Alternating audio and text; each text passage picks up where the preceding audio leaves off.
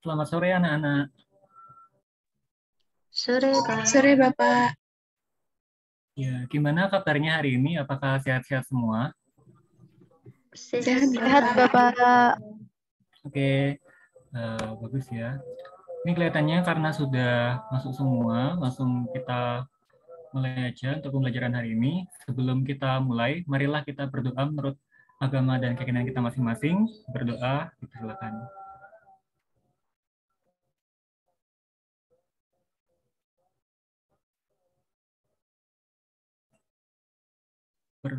Tidak dihentikan.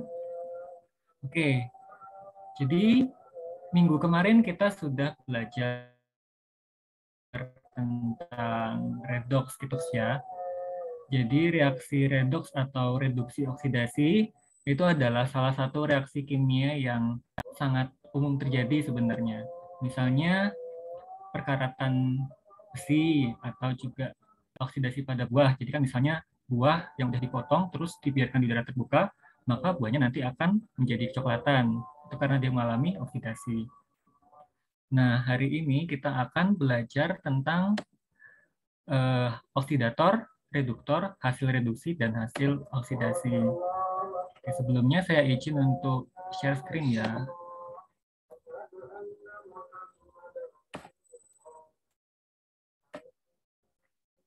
Oke, apakah PPT-nya sudah terlihat? Sudah, Pak. Sudah, Bapak. Oke.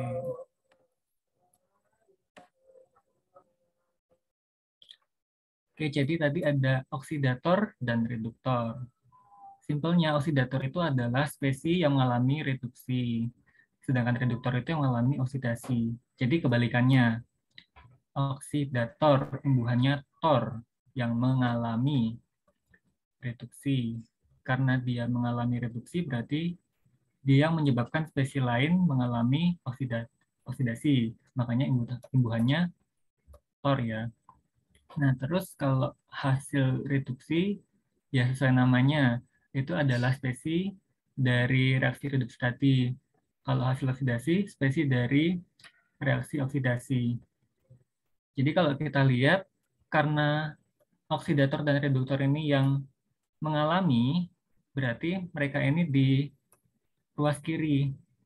Atau dengan kata lain, oksidator sama reduktor ini merupakan reaktan, sedangkan hasil reduksi, hasil oksidasi ini adalah produk. Ya, sampai sini, apakah ada yang mau bertanya?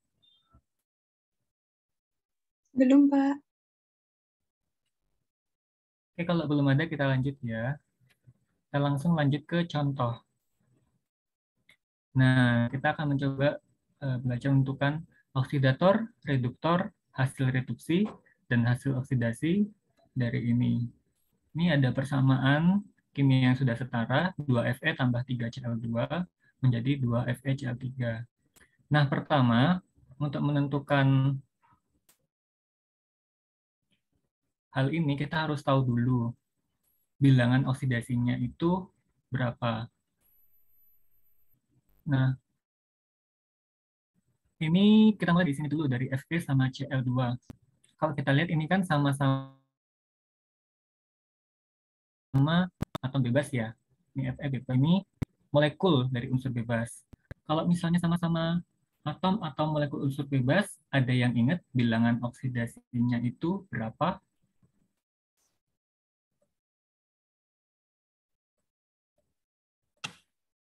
Nol bukannya, Bapak? Iya, benar ya, saudari Iva, benar. Jadi baik Fe sama Cl itu biloxnya 0. Karena bilangan oksidan unsur bebas, baik atom ataupun molekul unsur adalah 0. Seperti itu ya aturan penentuan biloxnya. Kemudian kita pindah ke Cl3. Nah, kalau yang ini pertama, karena ini kan senyawa nih, yang ini tadi bebas, ini senyawa.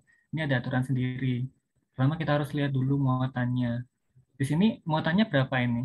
Muatan dari senyawa ini.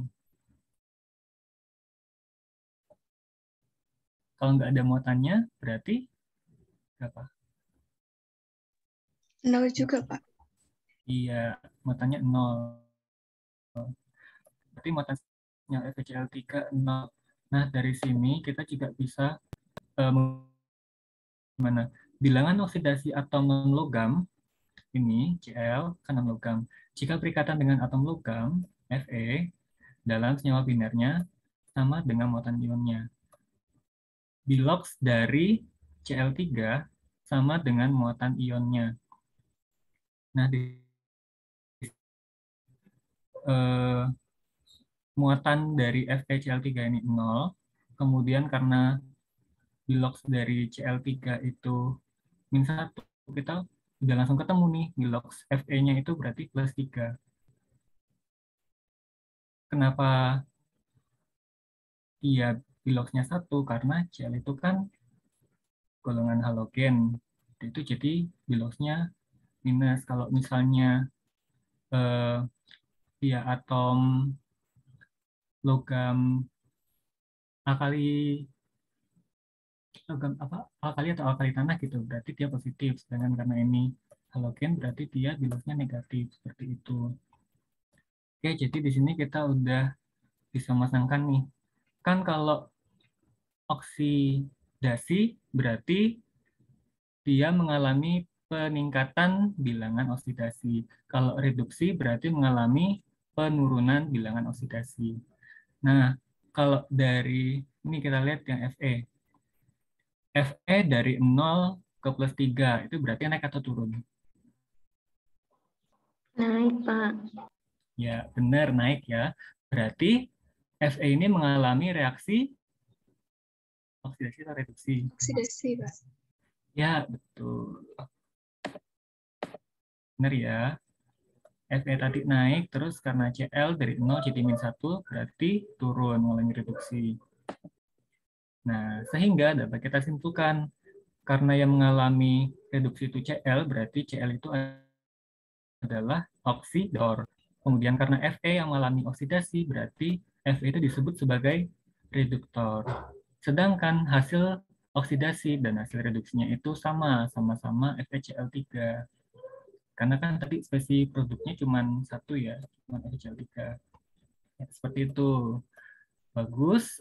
Apakah dari anak-anak ada yang ingin bertanya sampai sini?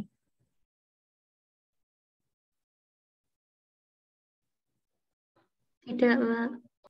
Oke, kalau gitu kita lanjutkan dengan satu contoh lagi ya. Nah, sekarang S ditambah O2 menjadi SO2. Yuk langsung bilangan oksidasi dari S berapa? Bilox S. Ini kan atom bebas, berarti biloxnya berapa? 0 ya, Pak. Iya, betul. Kemudian O.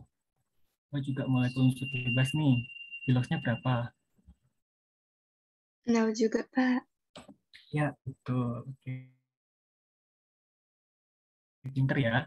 Sekarang lanjut S2. Nah, di sini kita harus mengetahui dulu bahwa ada satu aturan lagi kalau misalnya untuk senyawa yang punya oksigen di dalamnya.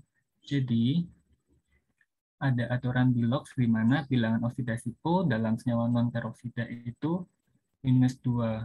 Peroksida itu yang kayak gimana sih? Peroksida itu misalnya H2O2, hidrogen peroksida. Nah, sedangkan ini kan cuma SO2. Berarti Biloxnya mengikuti aturan ini. Bilox O min 2. Nah, kita kalikan 2. O-nya ada 2 kan. -2 dikali 2, berarti min 4. Nah, kemudian karena SO2 ini kan nggak ada muatannya nih kan, berarti kan netral. Berarti muatannya 0. Kalau berapa yang dikurangi 4 sama dengan 0? Angka berapa yang dikurangi 4 sama dengan 0? Berarti kan 4 ya. Udah jelas. Nah, jadi, ini udah kelihatan. Awalnya sama-sama 0, baik S sama O, biloxnya itu sama-sama 0. Kemudian O mengalami perubahan bilangan oksidasi menjadi -2, sedangkan S mengalami perubahan bilox naik ya, jadi +4.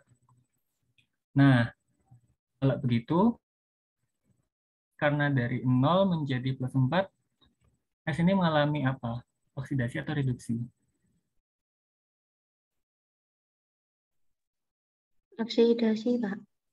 Betul. Kemudian O dari 0 jadi -2 mengalami Reduksi. ya, betul. Oke, sudah terjawab ya. Terus juga karena tadi spesies produknya itu cuma satu, hanya SO2, berarti baik hasil oksidasi maupun hasil reduksinya itu sama. Ini SO2. Oke, saya rasa kelas ini sudah paham. Selanjutnya, saya stop.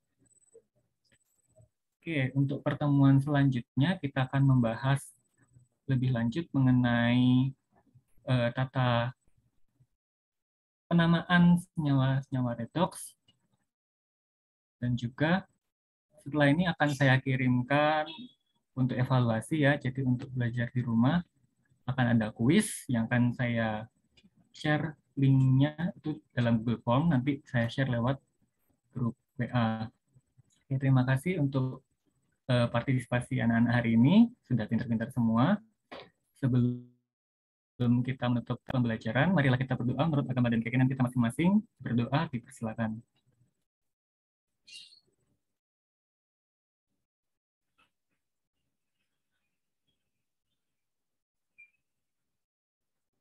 Berdoa tidak dibatasi.